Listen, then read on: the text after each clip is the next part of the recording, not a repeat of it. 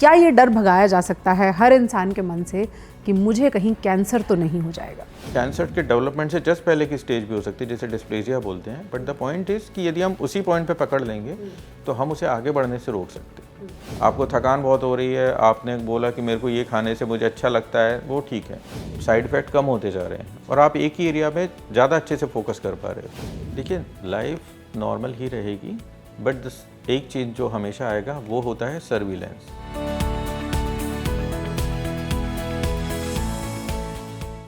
आज इस इंटरव्यू के ज़रिए हम आपको डराने नहीं बल्कि जागरूक करने आए हैं, सावधान करने आए हैं। आज हम एक ऐसी बीमारी का जिक्र करने वाले हैं जिसका नाम सुनते ही आमतौर पर सबसे पहले मन में डर बैठ जाता है। बीमारी का नाम है कैंसर और हर इंसान को ये डर लगता है कि कहीं मुझे कैंसर तो नहीं हो जाएगा।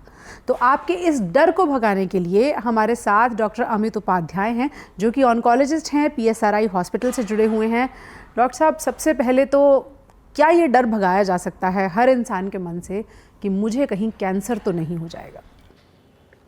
हाँ, देखो, अननेसेसरी डर तो डेफिनेटली लोगों को हम दूर कर सकते हैं, बट फिर भी मैं हमेशा ये बोलता हूँ कि थोड़ा बहुत डर होना चाहिए, क्योंकि आप यदि डर नहीं होगा तो आप बहुत लाइटली लेने लगोगे। आज की डेट में हम बात करें, डेटा ये है कि हर 9 में से एक फीमेल को मेल को और हर 8 में से एक फीमेल को लाइफ में एक बार कैंसर होना है। अब यदि ये डर नहीं होगा तो वो हम ध्यान ही नहीं देंगे, लेकिन यदि ये चीज़ है थोड़ी बहुत दिमाग में तो हम रेगुलरली स्क्रीनिंग कराएंगे, अपना ध्यान रखेंगे, कुछ भी एबनॉर्मल सिम्टम होगा उसे रिपोर्ट करेंगे, तो क्या होगा, आप उस बीमारी को जल्दी से जल्दी पकड़ोगे और जितना जल्दी पकड़ोगे उतना अच्छे से ट्रीट हो जाएगा। आपने ट्रीटमेंट शब्द का जिक्र किया। पहला डर तो ये है कि कैंसर हो ना जाए, दूसरा डर ये है हो गया तो फिर तो भगवान भी नहीं बचा सकते। ये डर कितना सही है? नहीं, ऐसा नहीं है। देखिए, 2-3 चीज़ें इसमें समझनी होंगी। पहली बात तो हम जैसे इंडिया में हम बात करें तो ऑल साइड एंड डन हम अभी भी वेस्टर्न कंट्रीज से बहुत पीछे हैं इलाज को एक्सेसिबल बनाने में। मेट्रोज़ में जो हॉस्पिटल्स हैं, बड़े hospital, they are doing excellent, बहुत अच्छा है, बट पेरीफेरी में जैसे जैसे हम जाते हैं तो हम बहुत पीछे हो जाते हैं। तो क्या होता है कि लोगों को कैंसर हुआ, बट जब तक कोई रिकॉग्नाइज कर पाया, पकड़ पाया और प्रॉपर तरीके से गाइड कर पाया, उस वक्त तक आते आते वो बहुत देर हो चुकी होती है। तो हम लोग जिस पॉपुलेशन को ट्रीट करते हैं वो यूजुअली बहुत एडवांस हो चुकी होती है।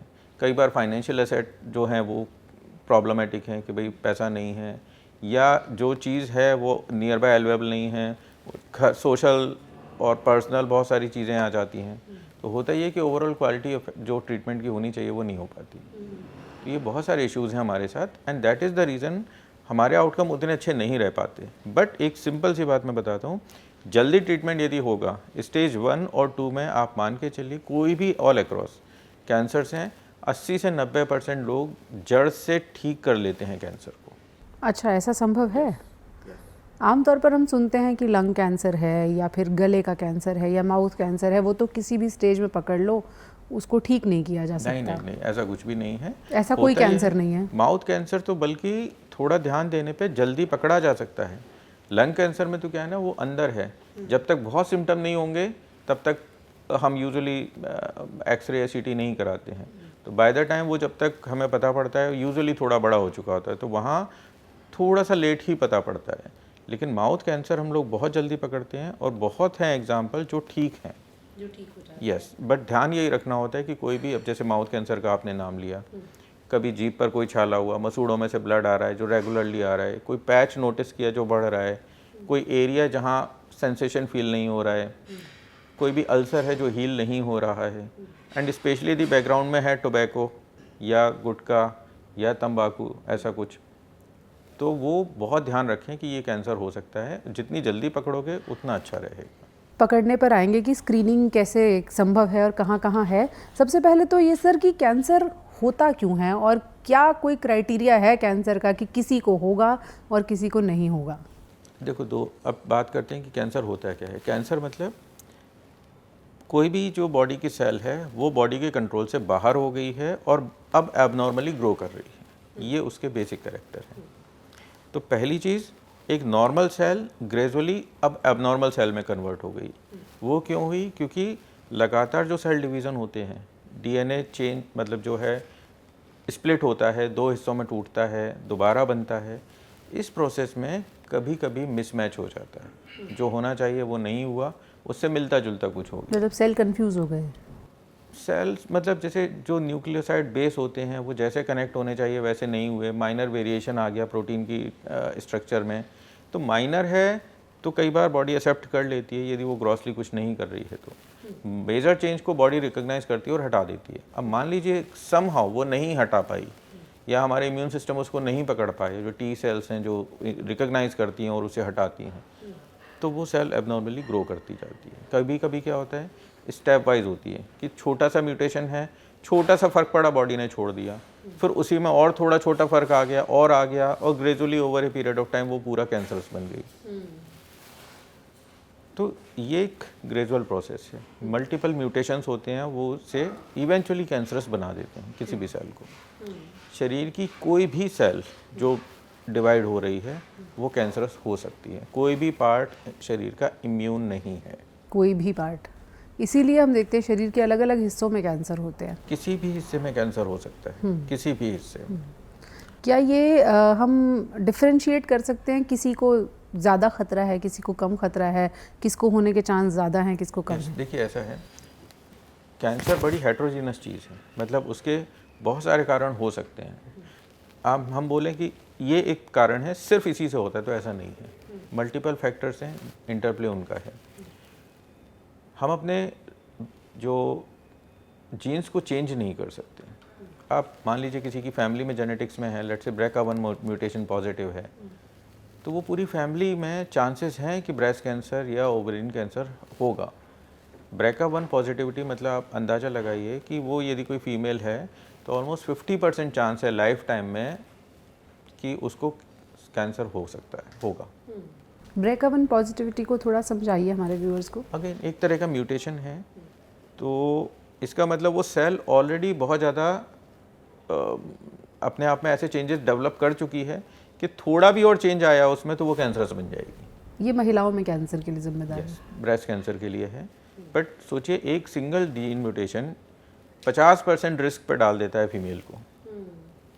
तो किसी में म्यूटेशन ज़्यादा हैं, किसी में कम हैं, कौन ससेप्टेबल है कैंसर्स के लिए, कौन नहीं है? देखिए ऐसा है, जैसे आप यदि हम कॉमन कम्युनिटी में बात करें कि कोई भी पर्सन है वो जानना चाहता है कि भाई मुझे कितनी रिस्क है, तो थोड़ा सा रिस्क बिहेवियर को देखें। पहले अपने फैमिली बैकग्राउंड को देखिए कि क्या फैमिली में किसी को कैंसर है।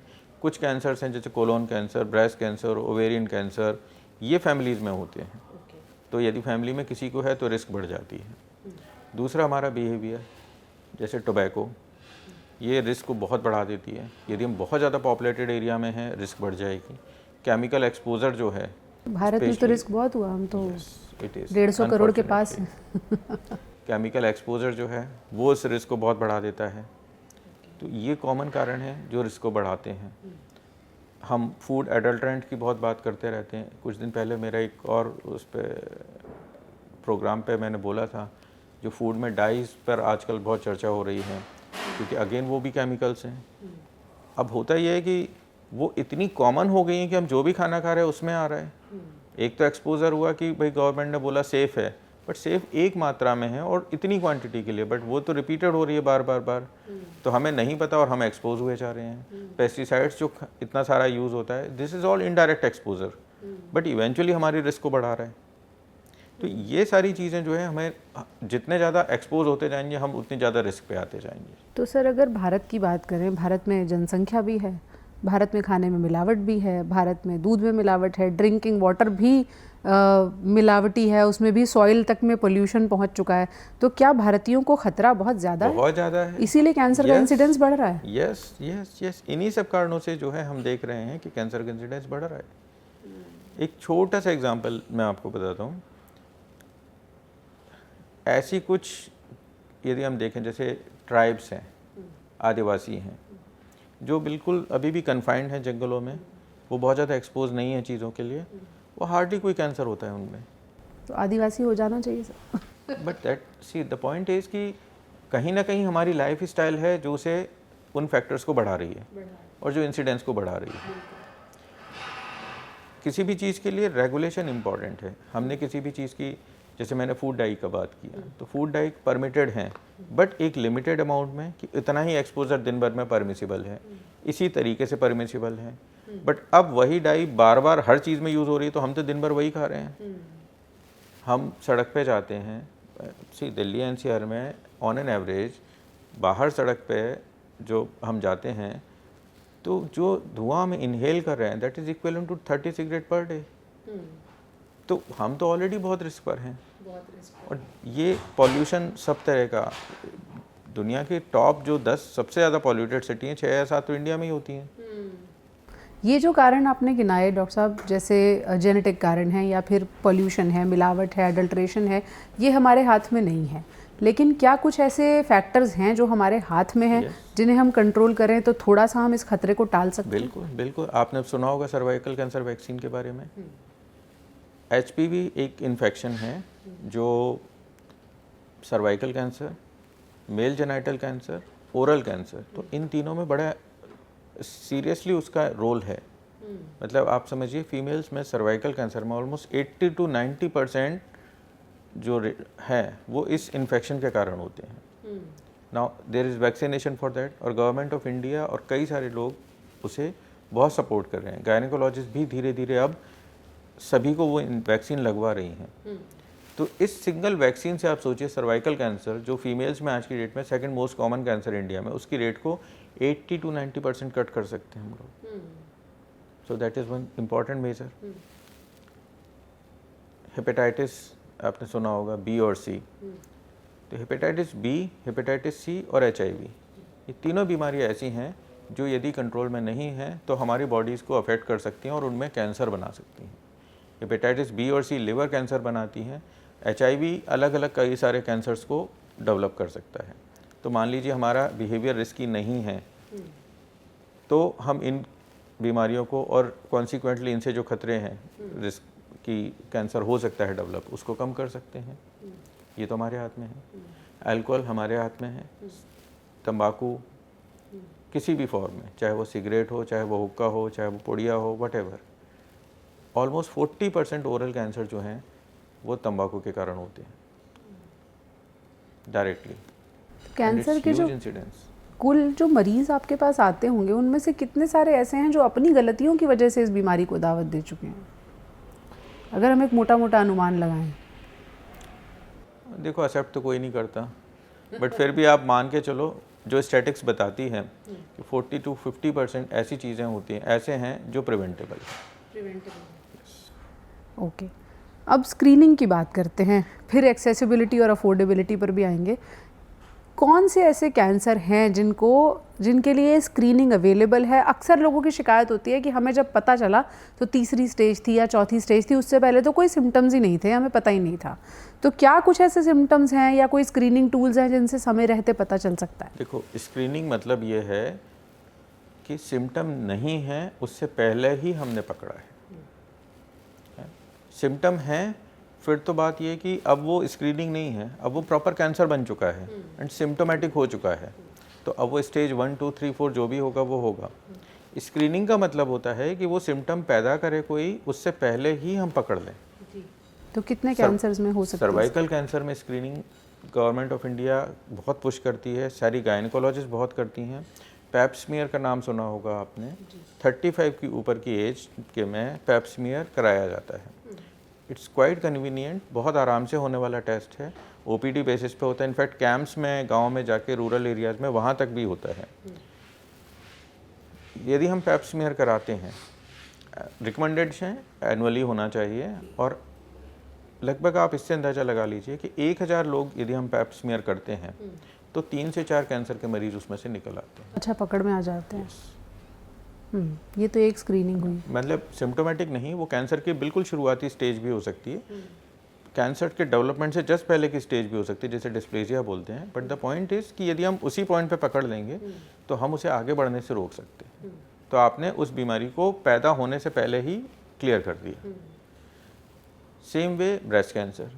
ब्रेस्ट कैंसर में तो हम लोग खुद इतने सारे कैंप लेते हैं, breast self examination which is quite convenient, कोई भी घर पे कर सकता है।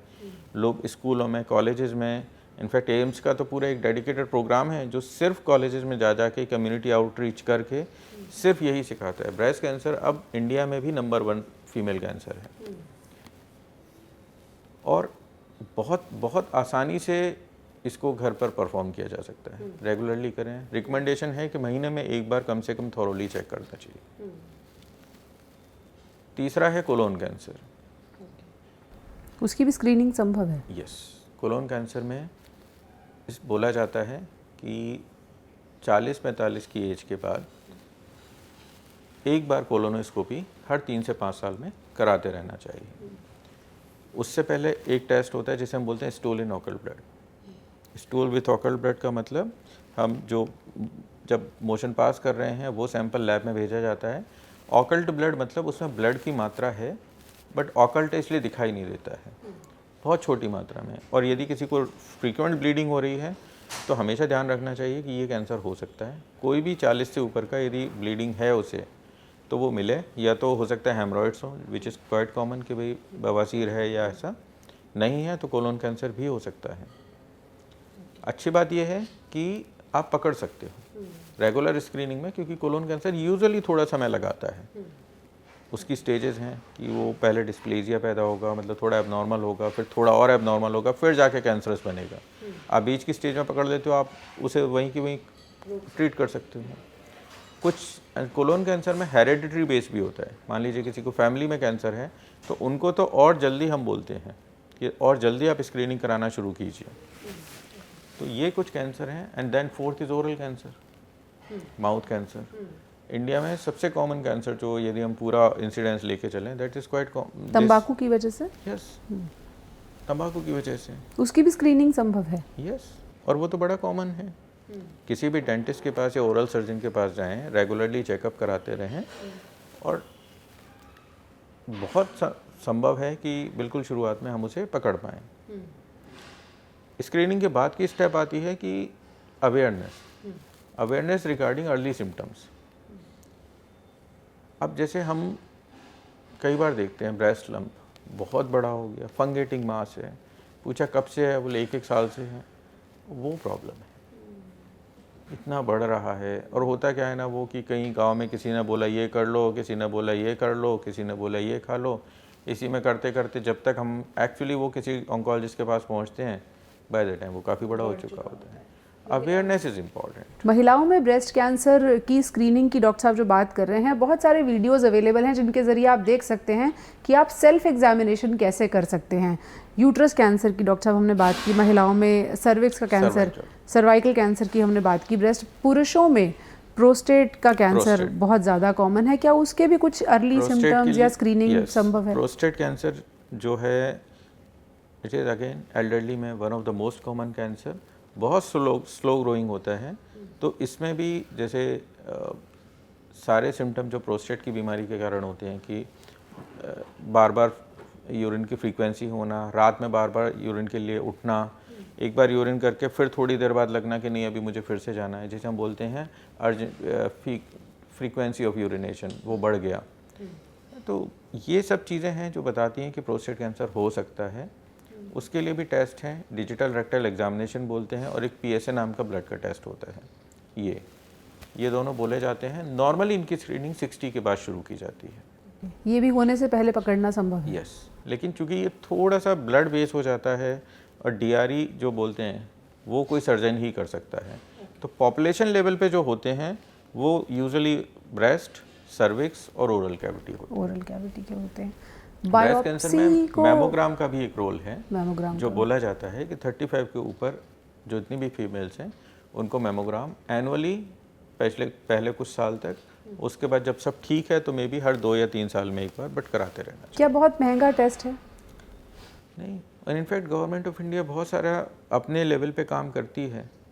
हर प्राइवेट हॉस्पिटल, इतनी सारी लैब्स हैं जो मैमोग्राफी करती हैं। It's much more easily available.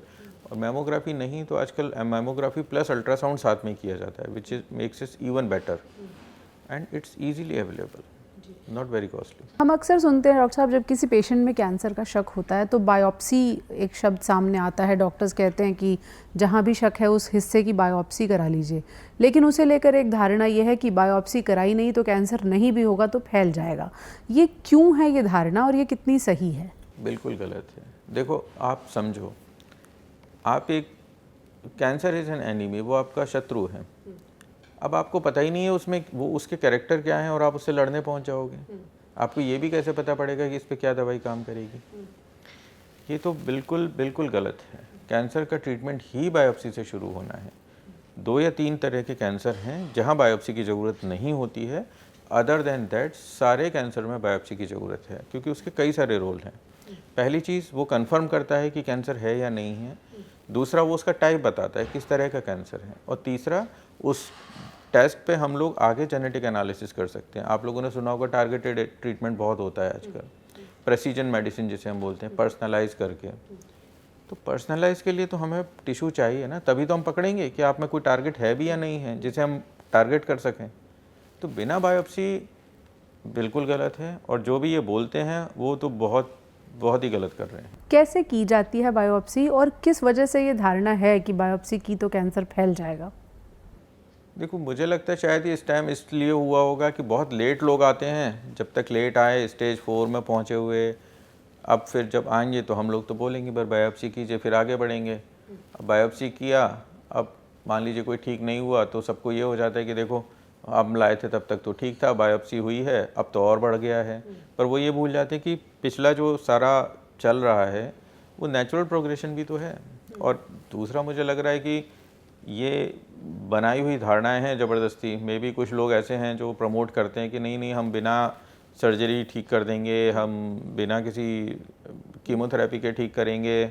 और वो फिर एक डर का माहौल बनाने वाली बात है कि इससे ये हो जाएगा, इससे ये हो जाएगा।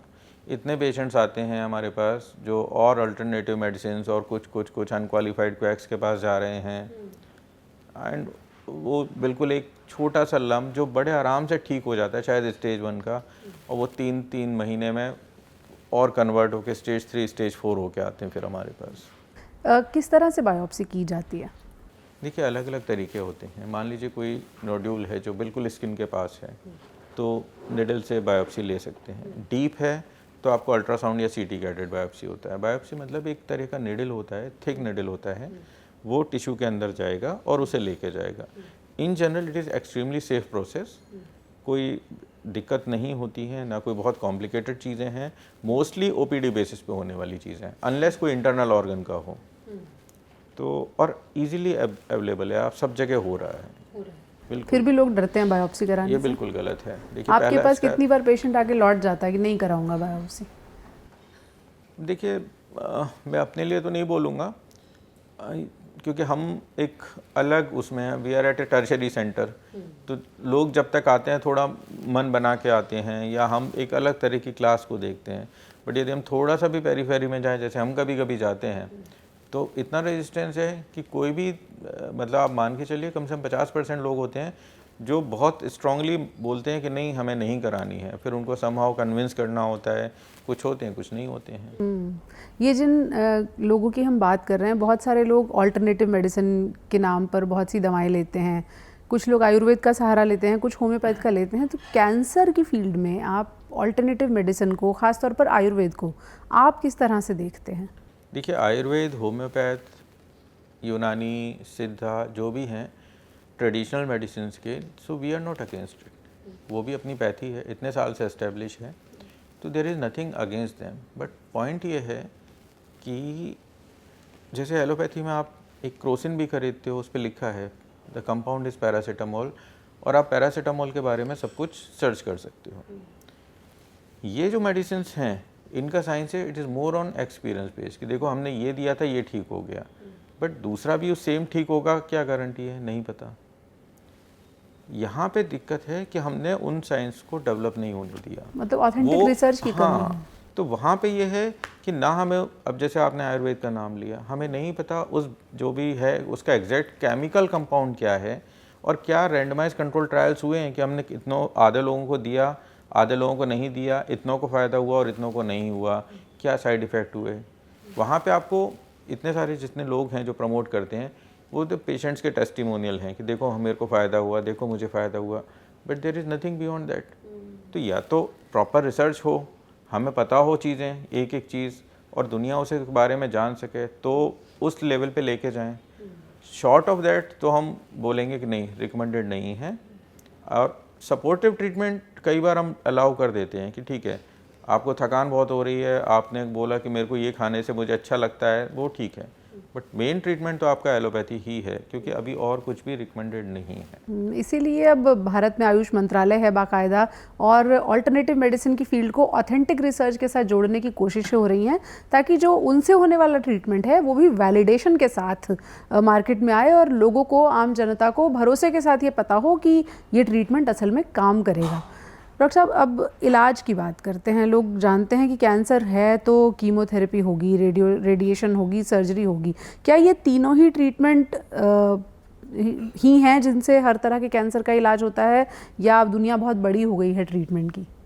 देखो, बेसिक ट्रीटमेंट मॉडलिटी तो यही रहने वाली है, चाहे सर्जरी हो, रेडिएशन हो, या सिस्टेमिक ट्रीटमेंट हो। लोकल ट्रीटमेंट है वो सर्जरी है या रेडिएशन है, क्योंकि वो एक पॉइंट को टारगेट करते हैं। यदि बीमारी फैली हुई है तो फिर कीमोथेरेपी की ज़रूरत पड़ेगी। मोस्टली मरीजों में दोनों या तीन को कंबाइन करके ही ट्रीटमेंट करना होता है, जिससे वो हमें बेस्ट रिजल्ट मिले। जहाँ तक आपने बात किया कि नई नई क्या चीज़ें आ रही हैं, तो हर फील्ड में, चाहे सर्जरी हो उसमें भी नई नई चीज़ें आ रही हैं, रेडिएशन में भी आ रही हैं, और सिस्टमिक में भी आ रही हैं। वो चाहे कीमोथेरेपी हो, इम्यूनोथेरेपी हो, बायोथेरेपी हो, टारगेटेड हो, जो भी है। हम बीमारी को ज़्यादा अच्छे से जान पा रहे हैं, तो हम उन फैक्टर्स को टारगेट कर पाते हैं अब जो एक्चुअली डिसीज़ को पैदा कर रहे हैं। तो उससे क्या होता है कि आप बहुत ही प्रिसाइजली पिन पॉइंट कर पाते हो कि मुझे इसे ट्रीट करना है बस। तो साइड इफ़ेक्ट कम हो जाते हैं, आप ज़्यादा अच्छे से मैनेज कर पाते हो चीज़ों को, रिज़ल्ट अच्छे मिलते हैं। सर्जरी में जैसे होता है, पहले अब ऑर्गन प्रिजर्वेशन पे बहुत जोर देते हैं। ऐसा नहीं है कि भाई निकाल दिया सारा कुछ, बट अब कोशिश की जाती है कि जितना हम प्रिजर्व कर पाएँ विदाउट कॉम्प्रोमाइजिंग रिजल्ट्स, उतना कर पाएँ। तो ऑर्गन प्रिजर्वेशन बड़ा इम्पॉर्टेंट है, जो अब हो रहा है। रोबोटिक का आपने देखा होगा, तो रोबोटिक एक नया ट्रेंड है जो हो रहा है, और इनफैक्ट शायद आपने सुना भी हो, रोबोट एक जगह पर है पेरिफेरल एरिया में, लेकिन कंट्रोल दूसरी जगह से कर रहे हैं सर्जन्स। तो अब यदि हम 5G पर वो कर पा रहे हैं, तो वो एक बड़ा इंपॉर्टेंट चीज़ है कि कोई बड़ा क्वालिफाइड ऑन्को सर्जन कहीं पे बैठ के via robot he can do surgery in any other place. कितना इफेक्टिव है? लोग अक्सर डरते हैं कि रोबोट कर रहा है सर्जरी, डॉक्टर साहब तो वहाँ बैठे हैं दूर। कंट्रोल तो आप ही के हाथ में है। सी, दीज आर इवॉल्विंग फील्ड्स। मैं नहीं कह रहा हूँ कि मैं उसे रिकमेंड करने वाला हूँ, बट द पॉइंट इज़ कि ये शुरुआत हुई है। मान लीजिए सब अच्छा रहता है, हो सकता है 2 साल 4 साल में हम कुछ और अच्छा देखें उस फील्ड में। सेम जैसे मैंने रेडिएशन की बात किया, तो इतनी सारी नई नई टेक्निक्स आती जा रही हैं, हम ट्यूमर टिश्यू को ज़्यादा इफेक्टिवली टारगेट कर पाते हैं, और जो एक्स्ट्रा रेडिएशन और एरियाज़ में जाता, जो साइड इफ़ेक्ट करता, उसे हम मिनिमाइज़ करते जा रहे हैं। तो इफ़ेक्टिवनेस बढ़ती जा रही है, साइड इफ़ेक्ट कम होते जा रहे हैं, और आप एक ही एरिया में ज़्यादा अच्छे से फोकस कर पा रहे हो। सेम जैसे मैंने बात की कीमोथेरेपी के लिए, तो कई सारी, मैं आपको बता दूं, फॉर एग्जांपल कुछ ऐसे कैंसर हैं जहां पे अब कीमोथेरेपी यूज़ ही नहीं होती, ज़रूरत ही नहीं पड़ती उसकी। This is all biological treatment, जैसे मल्टीपल माइलोमा है, या कुछ और CLL है, जैसे कुछ ब्लड की बीमारियां हैं, ये इनमें तो अब ज़रूरत ही नहीं है। पहले पड़ती थी। एक बीमारी मैं आपको एग्जांपल देता हूँ, उसका नाम है CML, एक तरह का ब्लड का कैंसर है, क्रॉनिक माइलोइड ल्यूकेमिया। जब मैं पढ़ता था तब उन डेट्स में CML को ट्रेडिशनल कीमोथेरेपी से ट्रीट करते थे। सर्वाइवल होती थी मीडियन, जब डायग्नोस हुआ उसके बाद, लगभग 3 से 5 साल। कुछ लोग होते थे, हार्डली 2-4%, जो उसके बियॉन्ड जा पाते थे। रिसर्च होता रहा, इट टर्न आउट कि एक आइडेंटिफाई हुआ मॉलिक्यूल STI-576, या कॉमन नाम उसका रखा गया इमेटिनिब। CML में एक पर्टिकुलर म्यूटेशन है जो उसे नॉर्मल सेल को CML में चेंज कर देता है। ये दवाई डेवलप हुई उस म्यूटेशन के लिए, एंड इट वर्क वंडर्ड। आज के डेट में CML के पेशेंट की on an average life normal population के बराबर है। मतलब 90% चांस है कि वो 10 ईयर या उससे ऊपर चल रहे होंगे सिर्फ एक सिंगल टैबलेट रोज पर। इसी से जुड़ा हुआ मेरा सवाल एक ये है डॉक्टर साहब, जैसे हमने कहा कि कीमोथेरेपी, रेडिएशन, सर्जरी, ये तो लोग जानते हैं, क्या कैंसर के मरीज़ सिर्फ दवाओं से ठीक हो सकते हैं? कि कोई ऐसा इन्वेजिव या कोई अंदर जाके कोई ट्रीटमेंट ना करना पड़े, सिर्फ दवाओं से मरीज़ को ठीक किया जा सके, ऐसा संभव है? देखिए, कुछ ब्लड कैंसर हैं जो, जैसे मैंने CML का नाम लिया, सिंगल टैबलेट है, आप खाते रहिए, ठीक रहेगा। Solid tumours are difficult. Solid tumours जो होते हैं, जो और ऑर्गन जैसे लंग है, लिवर है, सब में यहाँ पे यूजुअली कहीं ना कहीं कंबाइन करना पड़ता है, क्योंकि कीमोथेरेपी यूजुअली कम कर पाती है बीमारी को, ख़त्म नहीं कर पाती। ख़त्म करने के लिए आपको सर्जरी या रेडिएशन का सहारा लेना पड़ेगा यदि वो लोकल डिसीज है तो। ओके। है ना। कुछ कैंसर हैं जैसे कोरियोकार्सिनोमा है, वो सिर्फ कीमोथेरेपी से पूरा ठीक हो जाता है। काफ़ी ब्लड कैंसर्स हैं, मोस्टली कीमोथेरेपी से ठीक होते हैं, बट यही कुछ हैं जहाँ सिर्फ कीमो काम करती है, बाकियों में हमको सबको मिलाना पड़ता है। इस बात की संभावना कितनी है कि कैंसर का ट्रीटमेंट हुआ किसी मरीज़ का, एक बार उसे पूरी तरह से क्योर्ड डिक्लेयर कर दिया गया, उसके बाद उसकी ज़िंदगी नॉर्मल निकलेगी, या फिर कितना ख़तरा है कि रिकरेंस हो जाएगा? देखिए, दो चीज़ें हैं। रिकरेंस के चांस तो हमेशा रहते हैं, समय के साथ कम होते जाते हैं। मैक्सिमम रिकरेंस के चांसेस पहले 3 से 5 साल में हैं। उसके बाद बहुत ही माइन्यूटली चांस है कि ये फ्यूचर में कभी रिकर करेगा, but we have seen recurrence which are happening even after 20 years. तो 0% तो नहीं है, बट लगभग 0 आ जाते हैं हम। दूसरी बात ये है कि उस पेशेंट में कोई और कैंसर भी डेवलप हो सकता है आगे जाके। दैट ये खतरा ज़्यादा रहता है नॉर्मल से थोड़ा ज़्यादा, स्पेशली यदि किसी को रेडिएशन मिला है या हाई डोज कीमोथेरेपी मिली है। उसका रीज़न क्या सर? क्योंकि देखिए, कीमोथेरेपी और रेडिएशन भी सेल्स को डैमेज कर रहे हैं। कुछ सेल्स या मोस्टली सेल्स तो परमानेंटली दे डाई, कुछ का सिर्फ DNA डैमेज हुआ और वो वैसे ही रहा। तो ये जो DNA मैकेनिज़्म है उसे रिपेयर करने की, कभी वो इफेक्टिव हो जाती है, और वो repair mechanism can itself lead to cancer. तो कभी कभी तो नहीं बोलना चाहिए, मतलब यदि किसी का पहले ट्रीटमेंट हुआ है कैंसर का, और स्पेशली यदि रेडिएशन मिला हुआ है, तो ये चांसेस कि फ्यूचर में कैंसर डेवलप हो ये बढ़ जाते हैं। जैसे फॉर एग्जांपल, मान लीजिए किसी लेडी को या फीमेल किड को बचपन में किसी भी बीमारी की वजह से, चाहे वो लिम्फोमा रहा या थाइमोमा हुआ या किसी भी वजह से, लेट्स से चेस्ट को रेडिएशन मिला, तो उनमें आगे जाके ब्रेस्ट कैंसर होने के चांसेस काफ़ी बढ़ जाते हैं, because this area has been expose to radiation. इस बात के चांसेस कितने हैं कि क्योर होने के बाद इंसान नॉर्मल लाइफ लीड कर पाए? देखिए, लाइफ नॉर्मल ही रहेगी, बट एक चीज़ जो हमेशा आएगा वो होता है सर्विलेंस। हमेशा हमें ध्यान रखे रहना होगा कि ये बीमारी वापस आ सकती है। तो जैसे जैसे जो प्रिकॉशन हैं, जैसे आपको कभी बोला गया कि भाई इतने ड्यूरेशन पे आपको, चाहे वो CT हो, MRI हो या PET CT हो, कराना है, वो सब रेगुलरली कराते रहना होगा। समय समय पर स्क्रीनिंग फिर से करानी है। वो सर्विलेंस जो है that is again A part of treatment, इसको हम अलग नहीं कर सकते हैं।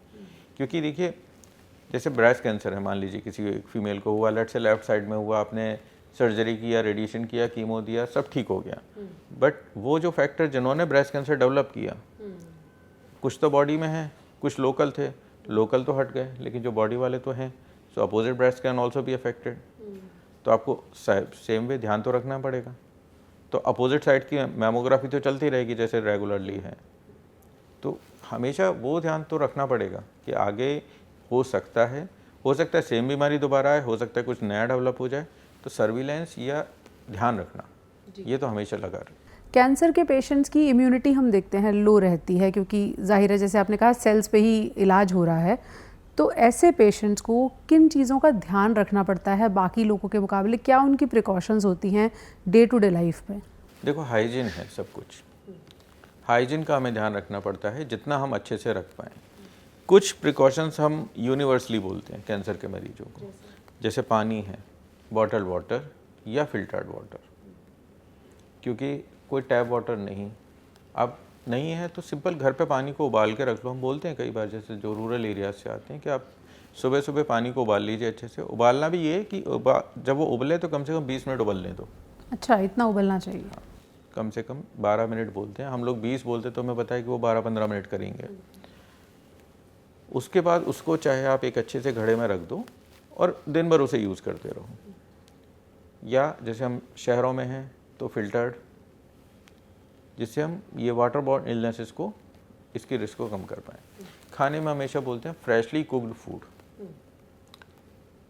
तो फ्रेश मतलब सुबह का खाना शाम को नहीं खाना है, जो बना उसे विदिन 3 आवर कंज्यूम कर लेना है। इनफैक्ट आयुर्वेद में भी ये बोला जाता है कि मतलब हम जब इंडियन टाइम को काउंट करते हैं तो 3 घंटे का एक प्रहर होता है। तो वो यही होता है, जिस पहर में बना उसी पहर में उसे खा के ख़त्म कर दो। दोपहर का खाना रात को नहीं खाना है, क्योंकि हम जिस माहौल में हैं, हमारा जो क्लाइमेट है वो बहुत तेज़ी से माइक्रोब्स की ग्रोथ को स्टिमुलेट करता है। तो शाम तक खाना ख़राब होने लगे चांसेस बढ़ जाते हैं। तो फ्रेश खाना हो और कुक्ड हो प्रेफरेबली, तो अनकुक्ड नहीं, क्योंकि जब आप कुक करते हो तो स्टरलाइज कर देते हो। अब वो कुकिंग चाहे कुछ भी हो, चाहे आपने फ्राई किया या आपने बेक किया या आपने बॉयल किया, सौटे किया, कुछ भी किया, तो उस हीट के कारण माइक्रोब्स जो हैं, बैक्टीरिया हैं, वो सब खत्म हो गए। तो fresh cooked food, that is we are okay with that. Hygiene और खाना, इसका ख्याल रखना। फलों के लिए हम ये बोलते हैं कि अच्छे से वॉश करें और पील करें। तो जो पील हो सकते हैं फ्रूट्स, वो सब अलाउ है।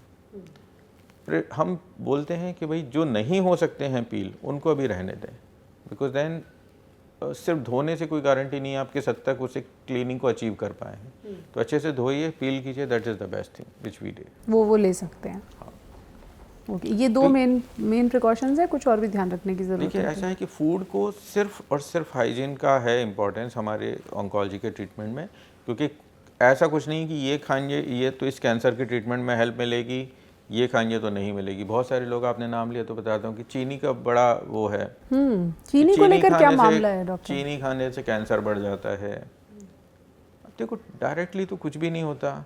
यदि हम सिंपल साइंस की बात करें तो हम कोई भी चीज़ ले रहे हैं, वो पेट में ग्लूकोज में ही कन्वर्ट होना है और ग्लूकोज के रूप में ही एब्जॉर्ब होना है।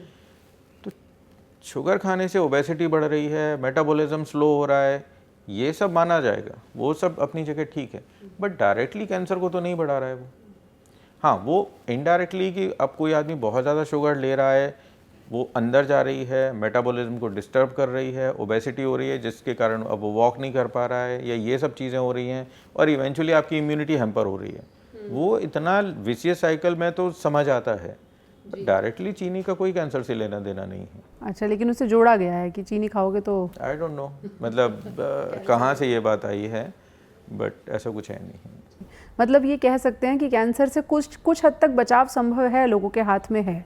देखिए, आप ये समझिए कि यदि हम हेल्दी लाइफस्टाइल जी रहे हैं, रिस्क फैक्टर्स को मिनिमाइज़ कर रहे हैं, हम जैसे रिस्क फैक्टर भाई जैसे हमने बताया कि पॉल्यूटेंट से दूर रहें, हम अपना खाने में जितना कोशिश करें फ्रेश चीज़ें खाएं, जितना है उन्हें अच्छे से क्लीन कर सकें, नो टबैको, नो अल्कोहल, इस पॉलिसी पर रहते हैं, फिज़िकली एक्टिव हैं, तो आप वैक्सीनेटेड हैं प्रॉपर्ली जहाँ जहाँ होना चाहिए, तो आप मान के चलिए आप अपनी कैंसर की रिस्क को कम से कम 50% कम कर सकते हैं। एक चीज़ मैं लास्ट में एक कमेंट और करता हूँ, जैसे मैंने बताया कि कैंसर शरीर के किसी भी हिस्से में हो सकता है, तो कोई एक उसका फिक्स सिम्टम नहीं है, वो कुछ भी कर सकता है।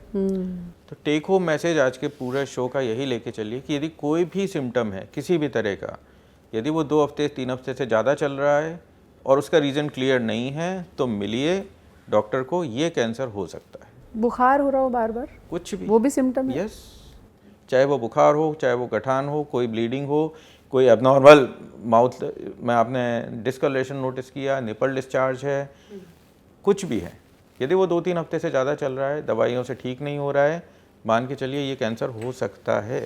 तो 50% मामला पूरी तरह से आपके हाथ में है, आप कैंसर से बच सकते हैं। खुदा ना खास्ता आपको कैंसर हो गया तो अर्ली स्टेज पर अगर डिटेक्शन हो जाता है, आप अपना इलाज भी करवा सकते हैं, पूरी तरह से रिकवर भी हो सकते हैं। और ये सोचकर मत डरिए कि कहीं मुझे कैंसर तो नहीं हो जाएगा। ये मानकर चलिए कि आप स्वस्थ रहेंगे, और अगर ऐसी कोई परेशानी आती है तो बहुत हद तक मेडिकल साइंस ने अब कैंसर को भी लाइलाज बीमारी की कैटेगरी से बाहर निकाल दिया है और उसका ट्रीटमेंट भी खोज लिया गया है। हमारे साथ जुड़ने के लिए बहुत बहुत धन्यवाद। आपके बहुत सारे सवाल होंगे, उन्हें आप कमेंट सेक्शन में भेज सकते हैं, उनके जवाब देने की हम पूरी कोशिश करेंगे। किसी भी सिम्टम को पालते रहना जो है वो बहुत अच्छी बात नहीं है। आपकी इनिशियल स्क्रीनिंग भी अगर किसी डॉक्टर के ज़रिए हो जाती है तो बीमारी समय रहते पकड़ में आ सकती है।